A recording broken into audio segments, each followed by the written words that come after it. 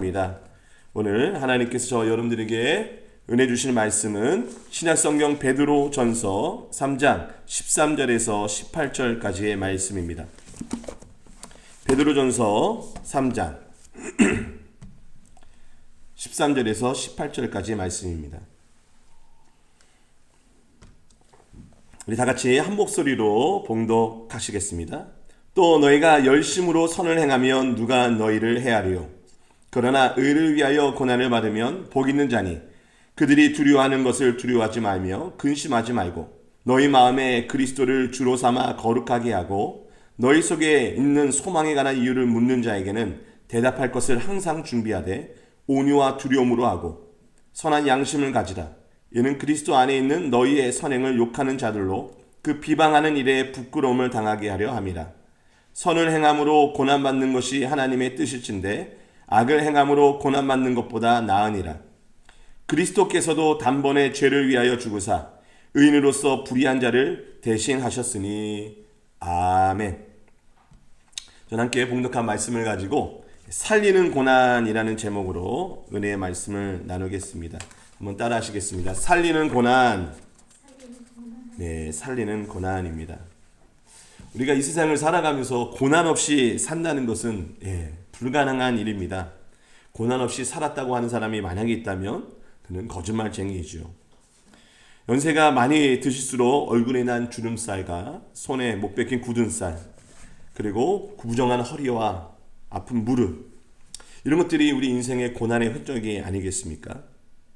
성경에 나오는 많은 인물들, 그들도 고난을 비껴나가지 못했습니다. 복의 조상이라고 할 수 있는 우리 믿음의 조상 아브라함도 고난의 인생을 살았습니다. 창세기 47장에 보면 이집트의 왕 바로가 야곱을 만나서 그에게 나이가 몇 살이냐라고 묻자 야곱은 이렇게 대답을 합니다. 창세기 40장 9절에 야곱이 바로에게 아뢰되 내 나그네 길의 세월이 130년이니이다. 내 나이가 얼마 못 되니 우리 조상의 나그네 길의 연주에 미치지 못하나 험악한 세월을 보내었나이다 하고. 그렇습니다. 우리들의 살아가는 이 세상의 삶은 험악한 세월입니다. 고난과 또한 인생의 역경들이 늘 가득 차여 있습니다. 루키 1장에도 보면 고향 베들레헴으로 돌아온 나오미를 향해서 사람들이 나오미가 왔다라고 얘기합니다. 근데 나오미라는 이름의 뜻은 희락이라는 뜻입니다. 희락이 왔구나라고 나오미를 맞이하자 나오미가 이렇게 얘기합니다. 나를 나오미 희락이라 부르지 말고 나를 마라 괴로움이라고 불러라 라고 얘기합니다. 무엇입니까? 이름대로 우리가 늘 살아가지 못하고 고난과 역경, 괴로움들이 가득한 것이 우리들의 인생살이라는 것입니다. 고난의 사전적 정의는요, 괴로움과 어려움입니다. 즉 괴로움과 어려움을 좋아할 사람은 아무도 없지만 괴로움과 어려움 없이 살아가는 사람도 아무도 없습니다. 그렇다면 인류는 왜 이 고생뿐인, 고난뿐인, 어려움뿐인 인생을 살아가게 되었을까요? 태초에 사람은요, 고난과 고생이 없는 인생을 살도록 만들어졌습니다.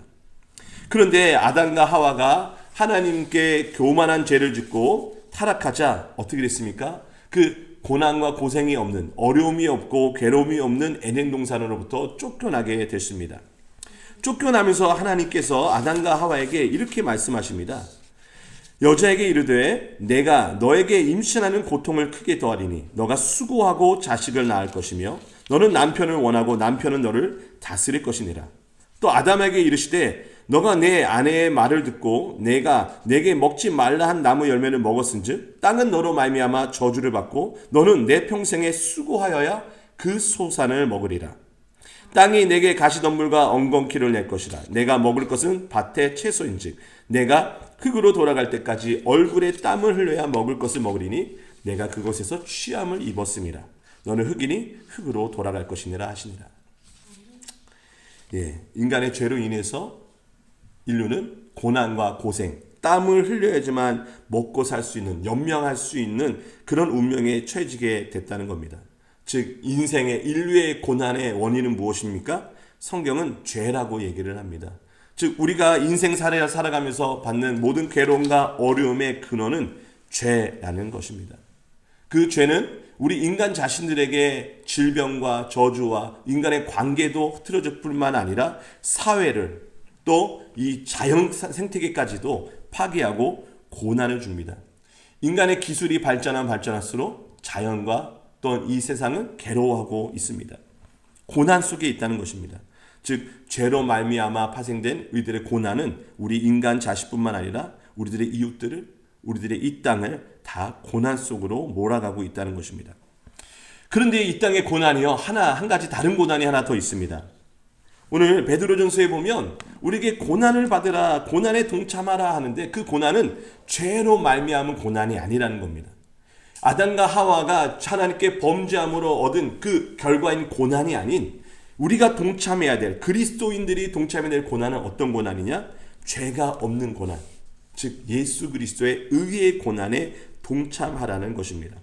그렇습니다. 이 땅에 고난이 있다면 두 가지가 있습니다. 하나는 우리 인간의 죄로 말미암은 고난, 또 다른 하나는 그 죄를 없게 하는 예수 그리스도의 의의 고난이 있다는 것입니다.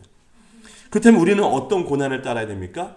우리의 죄로 말미암은 고난이 아닌 예수 그리스도, 우리의 죄를 없이 하시고 우리를 구원하시고 우리를 살리시는 그 고난에 동참해야 될 줄 믿습니다. 고난을 좋아할 사람은 아무도 없습니다. 고난은 힘듭니다. 아픕니다. 괴롭게 합니다. 병들게 합니다. 결국 우리를 죽음으로까지 몰고 갑니다. 그러나 예수 그리스도의 고난은 어떻습니까? 우리를 소생시킵니다. 우리를 구원합니다. 우리를 평안을 줍니다. 우리로 하여금 영원한 생명을 얻게 하는 고난입니다. 여러분 잊지 마십시오. 우리가 따라야 될 이 고난은 고난 자체가 목적이 아닙니다. 예수 그리스도의 고난은 결국 우리로 하여금 그리스도와 연합되게 하시고 삼위 하나님과 영원한 교제, 사랑의 교제에 들어가게 하십니다. 즉 그분들의 영원한 생명에 참여하게 하는 것입니다. 따라서 우리가 그리스도의 고난에 동참한다는 것은 고난 자체가 목적이 아니요 영원한 생명을 이미 받은 우리가 그 생명을 풍성히 누리기 위해 우리는 그 고난에 참여했다는 것입니다. 이 고난은 우리의 고난이 아닌 그리스도의 고난입니다. 우리는 우리의 죄로 말미암은 우리의 고난의 동참이 아닌 예수 그리스도께서 우리를 위하여 하나님의 사랑을 우리에게 확증시키기 위하여 행하신 그 고난에 우리는 참여하는 겁니다. 따라서 우리는 내 고난이 아닌 그리스도의 고난, 그 고난이 어떤 것인지를 우리가 알아야 할 필요가 있겠죠. 그 고난이 어떤 건지를 우리가 알아가기 위해서라도 오늘 이 말씀을 우리가 집중하고 귀를 기울일 줄 믿습니다. 첫 번째, 그리스도의 고난은 사랑의 고난입니다. 즉 예수 그리스도께서 우리를 위해 고난을 받으신 이유는 우리를 사랑하신 성부 하나님의 그 사랑 때문에 우리를 위해 고난을 받으셨다는 겁니다. 지난주 우리가 삼위일체에 관한 설교를 말씀드릴 때 어거스틴의 말을 인용했었습니다. 사랑이 성립되려면 사랑하는 사람과 사랑받는 사람, 그리고 사랑하는 사람과 사랑받는 사람을 연결해주는 사랑이 있어야 된다라고 했습니다. 즉 그리스도의 고난은 성부 하나님과 죄인인 우리가 단절되어 있고 떨어져 있는 우리를 이어주기 위해, 무엇으로? 성부의 사랑으로 우리를 이어주기 위해 고난이라는 끈으로 우리 가운데 오셨다는 겁니다. 고난이 곧 성부 하나님과 우리를 이어주는 접착제다라는 겁니다. 사랑의 접착제, 곧 예수 그리스도의 고난이라는 겁니다. 로마서 5장 8절에 우리가 아직 죄인 되었을 때 그리스도께서 우리를 위하여 죽으심으로 하나님께서 우리에 대한 자기 사랑을 확증하시느니라. 그리스도의 죽음이 하나님의 사랑, 우리에게 확증된 사랑이라는 것입니다. 사랑은 때로는 우리에게 희생과 고난을 감수하게 만들죠. 특별히 부모님이 자식을 사랑하는 데 있어서 자식에게 다이아몬드 반지를 줍니까? 자동차를 선물해 줍니까? 고급스러운 것들을 사주는 게 아닙니다. 그럼에도 불구하고 부모는 자식을 너무나 사랑하죠. 그래서 무엇을 합니까? 그 위에 밥을 지어주고 설거지를 하고 빨래를 해주고 필요한 것이 무엇인지 살펴보고 학교에 가면 학비를 대주고요. 또 이 학비를 대기 위해 그의 미래를 위해 부모는 더럽고 치사해도 직장에서 끝까지 붙어서 일을 하고 살아갑니다. 더럽고 치사한 세상 속에서도 끊임없이 참고 인내하게 하는 것 바로 사랑이라는 것이죠. 그 사랑이 고난을 극복하고 고난을 감수하게 한다는 겁니다. 우리 부모의 사랑도 이러한데 하나님이 우리를 향하신 그 무한하신 사랑이라면 우리가 말할 나위 있겠습니까? 곧 예수 그리스도께서는 우리에게 그 성부의 사랑을 한없이 쏟아주기 위하여 고난의 잔을 다 마셨다는 것입니다. 사랑하는 성도 여러분, 우리가 참여해야 될 고난은 우리의 죄로 말미암은 고난이 아닌 바로 성부께서 우리를 사랑하시사 그 고난의 접착제, 그 사랑으로 우리를 연결해주기 위한 그 고난의 접착제인 그 예수 그리스도의 고난에 동참해야 될 줄 믿습니다. 교회라는 것은 바로 이 사랑, 예수 그리스도의 사랑, 예수 그리스도의 고난의 사랑에 근거한 공동체가 되어야 합니다. 세상에서 말하는 사랑이 아닌 우리 그리스도께서 우리에게 보여주신 사랑, 곧 고난을 통하여 우리에게 확증하신 그 사랑, 우리는 그 고난의 사랑에 우리 가운데 있어야 될 줄 믿습니다. 부모가 자식을 사랑하듯 하나님이 우리를 사랑하시고 또 우리가 성도를 사랑하는 그 고난을 극복하는 사랑이 우리 가운데 있어야 될 줄 믿습니다. 자, 그리스도의 고난은 또 어떤 고난입니까? 우리에게 의를 전가해 주시는 고난입니다. 첫 번째 말씀드린 것이 사랑의 고난이라면 이것은 하나님이 우리를 위해서 전적으로 그 하나님의 풍성한 그 사랑의 감정을 우리에게 확증하기 위해서 보여주셨다면 그 확증이 우리에게 어떻게 증거가 됩니까? 의가 우리에게 오는 겁니다. 이것은 하나의 법적인 용어입니다. 예수 그리스도께서 이 땅에 오셔서 우리를 위해 대신 죽어주셨죠. 그래서 우리의 죄값을 치러주셨습니다. 이것은 바로 우리에게 있던 그 죄로 말미암은 고난의 고리에서 우리를 끊어주기 위해서입니다. 우리는 죄로 말미암아 받는 고난, 죄로 말미암는 고난을 예수께서 어떻게 합니까? 당신이 그 죄값을 대신 가져가시고 당신이 고난을 받으심으로 우리는 그 죄로 말미암은 고난을 받을 필요가 있게 됐어요? 없게 됐어요? 없게 됐습니다. 우리는 우리 죄값으로 고난을 받아야 될 운명에 처해져 있던 인생들인데 그 예수께서는 우리의 가운데 있는 그 죄를 다 성부 하나님께서 성자에게 옮기심으로 말미암아 우리는 자유함을 얻게 됐어요. 그래서 우리는 더 이상 우리 죄값으로 말미암은 고난을 받지 않게 됐다는 것입니다. 사실 이것은 법적인 용어인 것입니다. 이사야서 53장에 보면요, 예수 그리스도께서 왜 고난을 받으시는지에 대해서 아주 상세하게 기록이 되어 있습니다. 오늘 다 말씀을 드릴 수는 없지만 성부께서는 우리들의 모든 죄를 그 어린 양 예수에게 다 담당을 시켰다라고 합니다. 저가 채찍에 맞으면 우리의 죄악 때문입니다. 저가 십자가에 죽으시면 우리의 죄악으로 말미암아 죽으셨어요. 왜 그렇게 했어요? 성부께서 성자에게 우리의 죄를 다 옮겨주셨기 때문입니다. 따라서 이제 예수 믿고 구원받은 우리는 우리의 죄를 위해 고난을 받는 것이 아니라 이제는 그리스도께서 우리의 죄 때문에 받으셨던 그 고난의 내용을 가지고 살아가는 겁니다. 자, 이것이 조금 어려운 개념일 수 있는데 주의해서 한번 들어보시기를 바랍니다.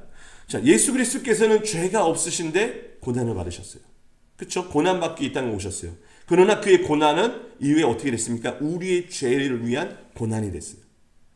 따라서 이것은 하나의 양면성을 갖고 있습니다. 예수 그리스도의 고난은 죄가 없으신 의의 고난이면서 동시에 우리의 죄를 담당하셨기 때문에 그 역시 죄의 고난을 받으셨다는 것입니다. 그러나 그 죄값이 지금도 남아 있습니까? 하나 남김없이 다 청산이 됐습니다. 십자가에서 예수 그리스도께서는 내가 다 이루었다, 다 갚았다, 다 속전했다, 다 속량했다 라고 얘기를 하십니다. 따라서 이제 구원받은 우리가 그리스도의 고난에 동참한다는 의미는 바로 무엇이냐?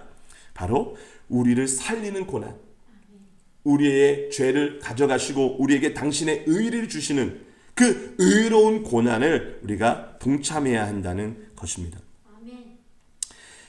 인간의 죄로 말미암은 고난은 죽이지만 예수 그리스도의 고난은 살리는 고난입니다. 그분은 당신의 의를 우리에게 주심으로 당신은 죄인이 되셨고 죄인이었던 우리는 그리스도의 의를 받음으로 의인이 되었습니다. 이 그리스도의 의를 받았기 때문에 우리는 비로소 그리스도의 고난에 동참할 자격과 조건을 얻었다는 것입니다. 아멘이십니까? 그리스도의 의가 전가되지 않았는데 여전히 우리가 그 죄 가운데 있는데 어떻게 우리가 감히 그리스도의 고난에 동참할 수 있습니까? 그건 자격이 갖춰져 있지 않다는 것입니다. 그러나 사랑하는 성도 여러분, 우리는 예수 그리스도의 그 의가 값없이 우리에게 전가되어 우리가 의인이 되었다는 사실을 믿으시기 바랍니다.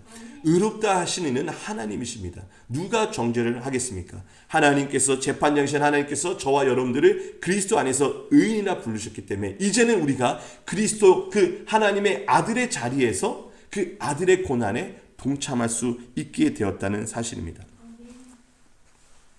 우리는 곧 예수 그리스도의 의가 우리 안에 있기 때문에 우리는 그리스도를 쫓아 살아갑니다. 우리의 삶이 이제는 그리스도와 같이 그리스도의 모습을 보여주기 시작한다는 겁니다.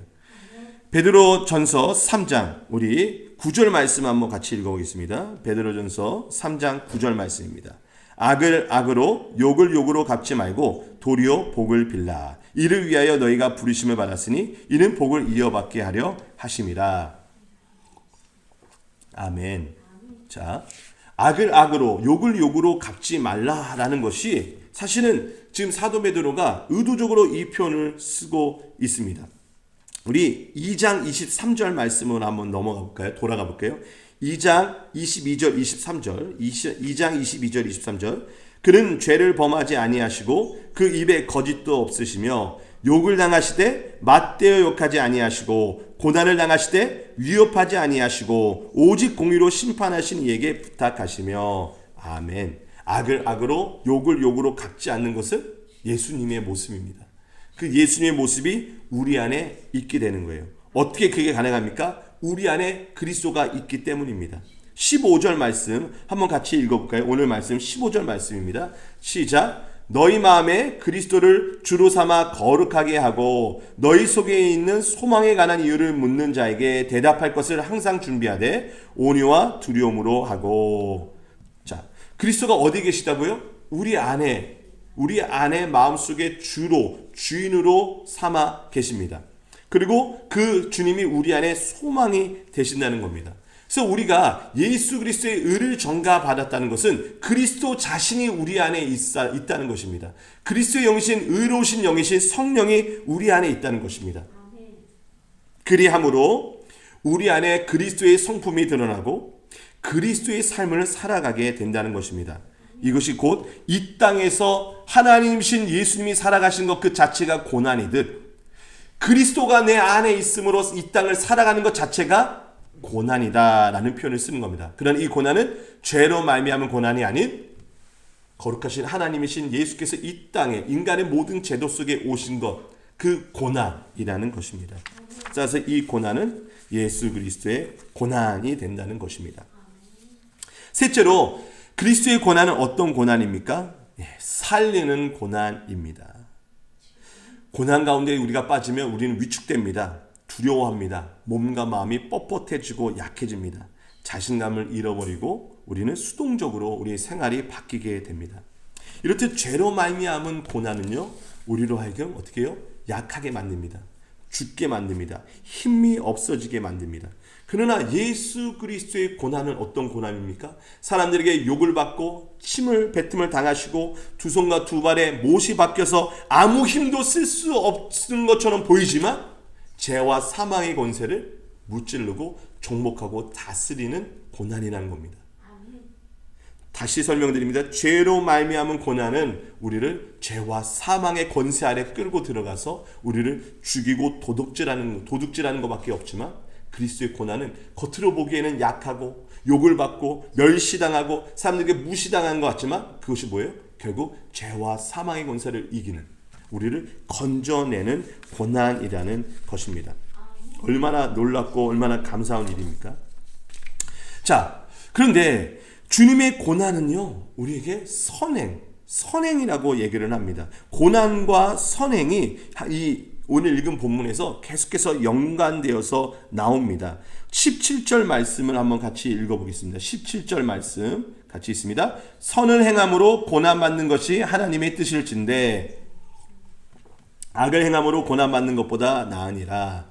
자, 선을 행함으로 고난을 받는다? 여러분, 이것이 이해가 쉽게 되는 분이 없을 겁니다. 선을 행하면 칭찬을 받아야죠. 선을 행하면 상을 받아야 됩니다. 이것이 우리들이 보통 생각하는 우리들의 세계관입니다. 선을 행할 때 왜 선을 행합니까? 칭찬받으려고 하죠.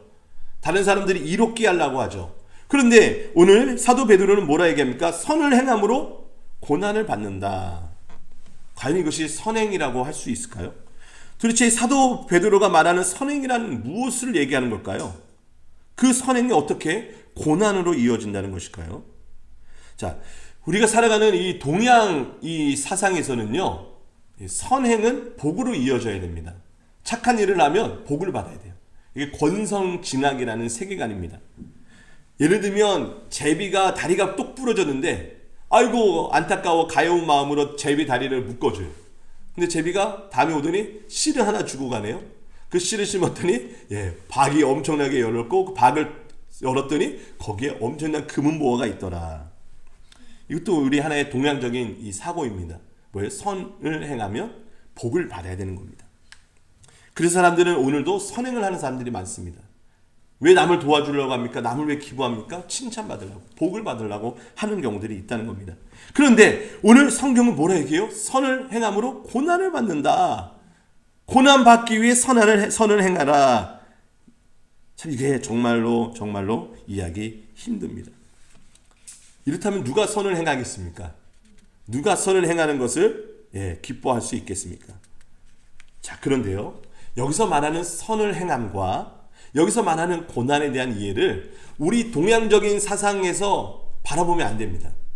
성경이 말하는, 성령께서 이 성경 통해 우리에게 알려주시는 그 관점으로 우리는 선을 행함이라는 것과 고난 받는 것, 이것을 우리는 다시 재조명해야 됩니다. 제가 고난 받는 것에 대해서 이미 설명을 계속 드리고 있죠. 이 고난은 우리 고난이 아닙니다. 죄로 말미암은 고난이 아닙니다. 여기 보면 이 17절에 보면 악을 행함으로 고난받는 것은 우리 죄로 말미암은 고난일 뿐이죠. 그러나 선을 행함으로 받는 고난은 어떤 고난? 우리 죄의 고난이 아닌 예수 그리스도의 고난, 우리의 위해 사랑의 고난, 의를 전가하시는 고난, 우리 안에 자신을 들어오시는 고난, 그 고난에 동참하는 거예요. 근데 그 고난을 받는 것은 선을 행함으로 그 고난을 받는데요. 그럼 여기서 말하는 선을 행함은 무엇일까요? 성경이 말하는 선을 행함이란 무엇일까요? 제가 한 번은 우리 성도님 중에 경제적으로 굉장히 어려운 성도가 있다는 얘기를 듣고 한국에서 그래서 그 가정을 신방을 하기 위해서 쌀, 아주 좋은 쌀, 고급 쌀을 몇 개를 들고 그 가정을 찾아갔어요. 아주 무거운데 차에다 싣고 가가지고 그 집에 딱 갖다 주고 문 앞에 놔두고 그리고 왔어요. 근데 그날 이제 그 성도가 그 집에 없었던 거죠. 그러고 나서 이제 시간이 좀 지나면서 그 성도가 그것을 잘 받았는가, 또 기뻐 받았으면 좋겠다 하는 마음이 있죠, 당연히. 그러고 나서 나중에 그 성도님께 연락을 드려서 잘 받으셨습니까? 했더니 제가 상당히 좀 당황스러운 대답을 들었어요. 뭐라 하시냐면 쌀은 이미 정부나 기관에서 많이 도와주고 있기 때문에 쌀은 넘쳐난다. 쌀은 필요 없고 차라리 라면을 달라 그러더라고요. 제 생각에는 라면보다 쌀이 더 귀하다고 생각을 했는데 그분은 쌀은 이제 너무나 넉넉하니 라면을 달라고 하더라고요. 제가 그때 깨달았습니다. 내 입장에서의 선행이 아니라 상대 입장에서의 선행을 생각해야 되는구나. 나는 너무 내 입장에서 이게 좋은 일이야, 착한 일이야 하고 그 일을 베푸지만 사실 받는 사람들이 그것을 선행으로 받지 못한다는 거예요. 근데 성경이 말하는 선행은 이것도 아닙니다. 성경이 말하는 선행은 무엇이냐? 늘 사람들에게 거절받는 선행이었어요. 예수 그리스도께서 사람들에게 선을 베푸셔요. 근데 사람들은 예수를 거절했다는 거예요.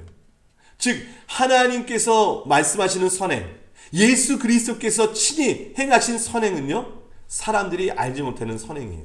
사람들이 원하는 선행이 아니에요. 사람들이 원하는 선행은 뭐예요? 육체적인 즐거움, 육체적인 안정, 육체적인 평안함, 육체적인 쾌락이에요. 오로지 육체에만 초점이 맞춰 있어요. 그래서 누군가 나에게 선행을 베푼다? 내가 육체적인 어려움에 빠져 있었는데, 물질적인 난간에 있었는데 이것을 도와줬어. 저 사람은 참 선한 일을 했어 라고 얘기를 하죠. 그러나 성경에서 말하는 선행은 단 한 번도 그렇게 내비쳐진 적이 없습니다. 물론 착한 일을 하고 남을 도와주는 일, 그것을 권합니다. 그러나 하나님께서 우리에게 행하신 선한 일은 그것이 아니었어요. 대표적인 말씀이 바로 공간복음 세 군데서 다 나오는 중풍병자를 고치시는 예수님 이야기입니다. 4명의 친구들이요, 중풍병, 그러니까 온몸이 풍에 맞아서 마비가 된 사람을 이 침상을 들고 들것에 싣고 예수님께 데려옵니다. 예수님이 이미 수많은 사람들에게 둘러싸여 있어서 이들은 예수님 앞에 이 친구를 데려가기 위해 천장을 뚫고 그리고 내 귀퉁이에 줄을 달아 내려냈어요. 그래서 예수님 앞에 그 중풍병자가 딱 앞에 온 거죠. 자, 많은 사람들이 예수님께서 당연히 이 중풍병자를 고치실 것이라 기대를 했을 겁니다.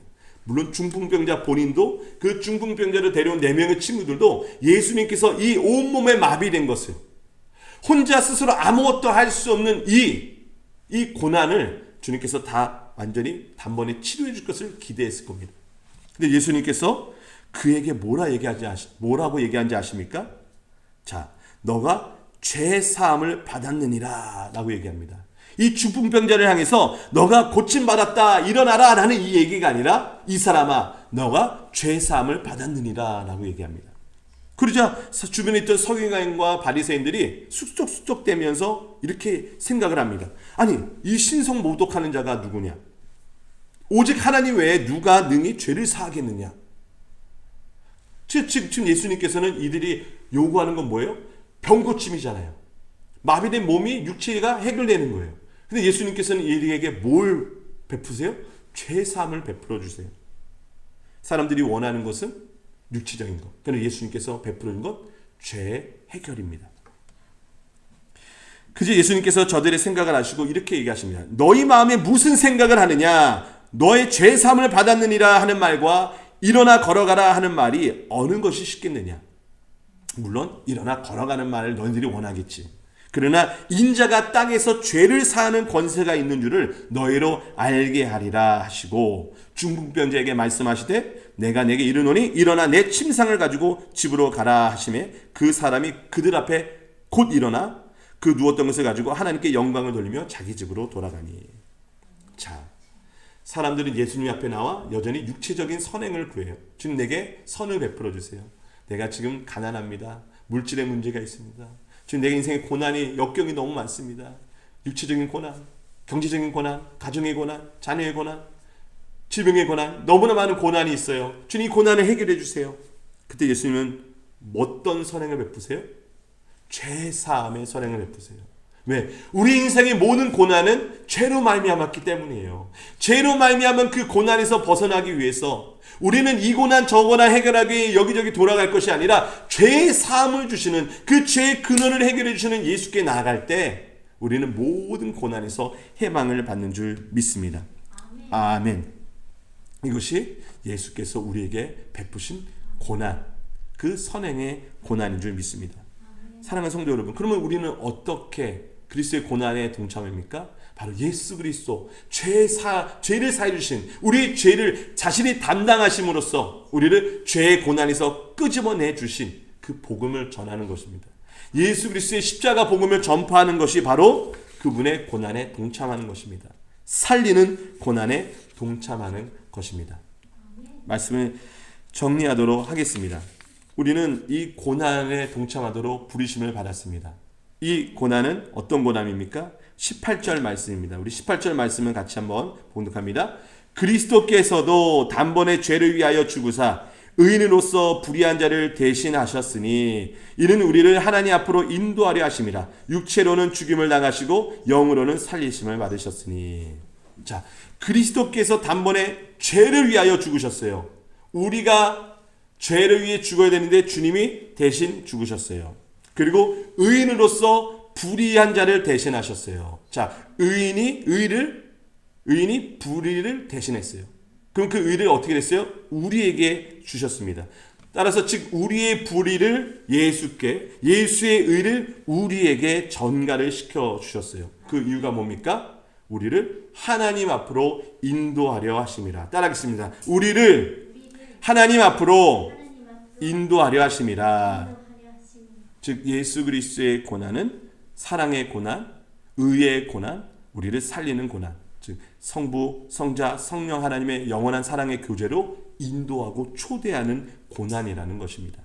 우리는 그 고난, 그리스도의 고난에 동참함으로써 삼위 하나님의 사랑의 교제에 비로소 참여할 수 있게 되는 겁니다.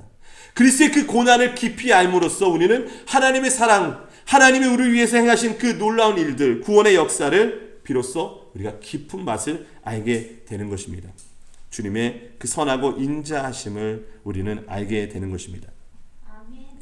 우리 10절 말씀 한번 보겠습니다. 10절. 그러므로 생명을 사랑하고 좋은 날 보기를 원하는 자는 혀를 금하여 악한 말을 그치며 그 입술로 거짓을 말하지 말고 생명을 사랑하고 좋은 날 보기를 원하는 자. 우리 이것은 그리스도 안에서만 볼 수 있다는 것입니다. 여러분, 사무엘하 11장에 보면요, 아주 흥미로운 이야기가 하나 나옵니다. 바로 다윗이 밧세바라는 한 여인을 자기네 아내로 얻기 위해서 어떻게 보면 죄를 짓는 장면입니다. 나라는 전쟁 중에 있었습니다. 근데 다윗은 궁궐에서 편안하게 거느리고 있었습니다. 그때 저 창문 밖으로 궁궐 밖을 보니 한 여인이 목욕을 하고 있는 것이 아니겠습니까? 다윗이 그 여인이 너무 아리따워 보여서 그 여인에서 알아보게 되고 그 여인을 결국에는 범하게 됐습니다. 근데 그 여인은 다름 아닌 우리아라는 이 부하의, 다윗의 부하, 장군 중에 우리아라는 장군의 아내였어요. 즉 이것은 간통죄죠. 자, 근데 그 우리아라는 사람이 알지 못하게 은밀하게 죄를 지었단 말이에요. 그래서 이것을 어떻게 하면 덮을 수 있을까 하고 다윗이 고민을 하다가 우리아가 집에 들어가서 이 아내와 잠자리를 하게 하자라는 거죠. 이유는 바로 밧세바가 다윗의 아이를 임신했다는 것을 알게 됐기 때문이에요. 그 임신했는데 이 아이가 누구의 아이인지 알게 하지 않기 위해서 어떻게 해요? 우리아가 전쟁터에서 돌아와 집에 가서 쉬게 하려는 거예요. 그래서 아내와 잠자리를 하게 함으로써 그 뱃속에 있는 아이가 우리아의 아이인 줄 알게 하려는 거죠. 얼마나 간사합니까? 다윗이 참 좋은 왕이지만 정말 얼마나 사악한 죄악이 그 안에 있는지가, 그리고 우리 인간이 모두 그 죄가 얼마나 악한지를 보여주는 하나의 모델이 되기도 합니다. 자, 그래서 다윗은요, 우리아에게 특별 휴가를 줍니다. 그래서 휴가를 줄 테니 어서 집에 가서 아내와 좀 좋은 시간을 가져라 라고 얘기를 하죠. 그런데 우리아가요, 그 포상 휴가를 받았음에도 불구하고 집으로 내려가지 않고 어떻게 합니까? 왕궁 문 앞에서 그의 부하들과 함께 잠을 자는 겁니다. 그래서 다윗이 아니 어떻게 된 거냐, 집에 왜 가지 않았냐 하면서 우리아에게 묻자 우리아가 이렇게 얘기합니다. 우리아가 다윗에게 아뢰되 언약궤와 이스라엘과 유다가 야영 중에 있고 내 주 요압과 내 왕의 부하들이 바깥들에서 진치고 있거늘 내가 어찌 내 집으로 가서 먹고 마시고 내 처와 같이 자리이까? 내가 이 일을 행하지 아니하기로 왕의 살아계심과 왕의 혼의 살아계심을 두고 맹세하나이다 하니라. 휴가를 받았어요. 얼마나 좋은 꿀같은 휴가입니까? 전쟁터에서 늘 긴장하고 늘 훈련해야 되고 또 거기서 편하게 잠을 잘 수 있어요? 그 고생 그 자체예요. 즉 지금 왕은요, 이 우리아가 고생과 고난 가운데 있는 우리아를 끄집어내서 집에서 쉬게 해주라는 거예요. 물론 그 뒤에는 그 죄, 그 간사함이 도사리고 있었죠. 그러나 우리아는 어떻게 합니까? 포상 휴가를 받았음에도 불구하고 쉴 수 있는 충분한 근거가 있어요. 왕이 명령했으니까 쉬어도 돼요. 그러나 그는 이제 스스로 자원해서 그 전쟁터로 나아가는 겁니다. 누가 나가는 게 아니라 우리아가 자신의 본분, 내가 이 나라의 하나의 백성으로, 또 내가 군인으로서, 내가 왕의 신하로서 내가 어떻게 쉬고 놀고 먹을 수가 있겠습니까? 아니 언약궤가 지금 저기 있고 이스라엘과 유다의 이 백성들이 야행 중에 있는데 저는 그럴 수 없습니다 하고 스스로 그 고난의 자리로 들어갔습니다. 이후에 우리아는 다윗에 의해서 그 간사한 그 계계로 말미암아 죽음을 당하게 됩니다. 근데 우리아는 어디서 죽었어요? 그 전쟁터에서. 거기에 있지 않아도 되는데 그곳에 가서 그는 죽음을 맞이합니다. 이것은 예수 그리스도의 모습을 보여줍니다. 저와 여러분들도 보여줘야 될 모습입니다. 우리는 자유를 얻었습니다. 죄와 사망으로부터 자유를 얻었어요. 그러나 이제는 그 자유를 우리 육체의 즐거움 위해 쓰지 아니하고 무엇을 위해 사용합니까? 그리스도의 고난에 동참하기 위해, 그리스도의 연합을 위해 우리는 순종하며 그곳에 들어가는 것입니다. 말씀을 마치도록 하겠습니다. 우리는 예수 그리스도의 고난, 내 고난, 죄로 말미암은 고난이 아닌 의로운 고난, 사랑의 고난, 우리를 살리는 고난을 통해 우리는 구원받았습니다. 우리가 그 구원, 그 예수 그리스도의 고난의 수혜자이고 우리가 증거이고 우리가 산실이고 우리가 열매입니다. 이제 우리는 또 그 씨앗이 심겨지도록 하늘의 씨앗이 되어서 우리는 그 고난에 동참해야 됩니다. 우리 안에 있는 그 예수 그리스도의 고난, 예수 그리스도의 그 사랑과 의가 이제는 우리를 통해 복음이 전파되므로 살리는 고난에 동참하는 저와 여러분 되시기를 주의 이름으로 간절히 축원합니다. 아멘. 기도하겠습니다. 참으로 좋으신